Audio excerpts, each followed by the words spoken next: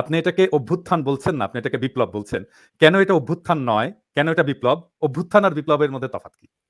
আচ্ছা, অভ্যুত্থানের যে ব্যাপারটা হয়, অভ্যুত্থানটা কিছুটা স্বার্থ সংশ্লিষ্ট থাকে। আমরা যেমন সামরিক অভ্যুত্থানের কথা বলি, যে সামরিক অভ্যুত্থান হয়। আর সামরিক অভ্যুত্থানে সাধারণত দেখা যায় যে সামরিক কোনো উচ্চাকাঙ্ক্ষী ব্যক্তি অভ্যুত্থান করে ক্ষমতা দখল করে নিলেন। আচ্ছা। আর আরেকটা জনগণের অভ্যুত্থানও হতে পারে, কিন্তু সেখানেও আমরা যেমন ৯০ সালের যে এরশাদের যে পতন, এটাকে আমরা অভ্যুত্থান বলি।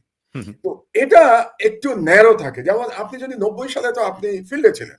আমি তখন চট্টগ্রামে চাকরি করি। আপনি বললেন না আমার কর্পোরেট লাইফের কথা বললেন। হুম, আমি হুম। তখন ডানকান ব্রাদার্সের ডাইরেক্টর।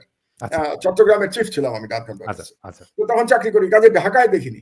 আপনি জানেন চট্টগ্রামে কিন্তু কোনো আন্দোলন ছিল না। এবং ৯০ সালের আন্দোলন যদি আমরা চিন্তা করি, তো শুধুমাত্র ঢাকা কেন্দ্রিক ছিল। তো সেটা হচ্ছে অনেক ন্যারো আন্দোলনটা। তো ওটাকে আমরা ছাত্র জনতার অভ্যুত্থান বলেছি, ঢাকা ভিত্তিক অভ্যুত্থানে এরশাদের পতন হয়েছিল। আর এই বিপ্লব, এটা তো জনগণ, সারা দেশের জনগণ, পেশার দিকে দেখবেন না আপনি, শ্রেণীর দিকে দেখবেন না, শ্রেণীকে অতিক্রম করে গেছে। এখানে নিম্নবিত্ত নাই, মধ্যবিত্ত নাই, এমনকি উচ্চবিত্ত উচ্চবিত্ত সম্ভব নয়। নাই। হুম, হুম। কারণ হচ্ছে যে প্রাইভেট ইউনিভার্সিটির ছেলে মেয়েরাও তো রাস্তায় নেমে এসছে। হ্যাঁ, তো প্রাইভেট তারাই মূলত ১৮ তারিখের পর থেকে যে লড়াইটা তারা এগিয়ে নিয়ে গেছে। তারা এগিয়ে নিয়ে গেছে। তো তারা কারা? তারা উচ্চবিত্ত সমাজের প্রতিনিধি। তাহলে এখানে দেখুন শ্রেণী পার হয়ে গেছে।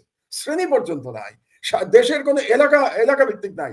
চট্টগ্রাম কিন্তু আগেই স্বাধীন হয়ে গেছে। ঢাকা এক্সাক্টলি। স্বাধীন হয়েছে ৫ তারিখে। আমরা স্বাধীনই বলছি। হুম। ঢাকা ৫ তারিখে স্বাধীন হয়েছে। চট্টগ্রাম কিন্তু আগে স্বাধীন হয়ে গেছে। আমার মনে হয় চট্টগ্রামের আগে বরিশাল হয়েছে। বরিশাল হয়েছে, বরিশাল সিলেট হয়েছে। হয়েছে, হুম। সিলেট স্বাধীন হয়ে গেছে, রংপুর হয়ে গেছে। তো আপনার এই বিপ্লব তো সারা দেশে ছড়িয়ে গেছে। কাজে বিপ্লবের কথাটা অনেক ব্যাপক। এবং বিপ্লব আমি এই জন্য বলছি, কারণ এই পরিবর্তনের পরে আমরা অনেক বেশি কিছু আশা করছি।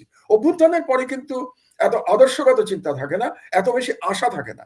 আপনি জানেন পিনাকি, যে কি পরিমাণ আশার সঞ্চয় হয়েছে মানুষের মধ্যে, যে আর যেন ফ্যাসিবাদ ফিরে না আসে, আর যেন এক্সাক্টলি। দেশের মানুষের উপরে এই জুলুম না হয়, আর যেন এই ধরনের দুর্নীতি না হয়। তো সুতরাং সব মিলে আমাদের প্রত্যাশা অনেক বেশি। এই প্রত্যাশা পূরণ করতে পারে শুধুমাত্র একটা বিপ্লব। অভ্যুত্থান এই ধরনের প্রত্যাশা পূরণ করতে পারে না। কাজে আমি যদি এটাকে অভ্যুত্থান বলি, তাহলে আমি এটাকে ছোট করে দেখব। আমার এটাকে বিপ্লব বলতেই হবে।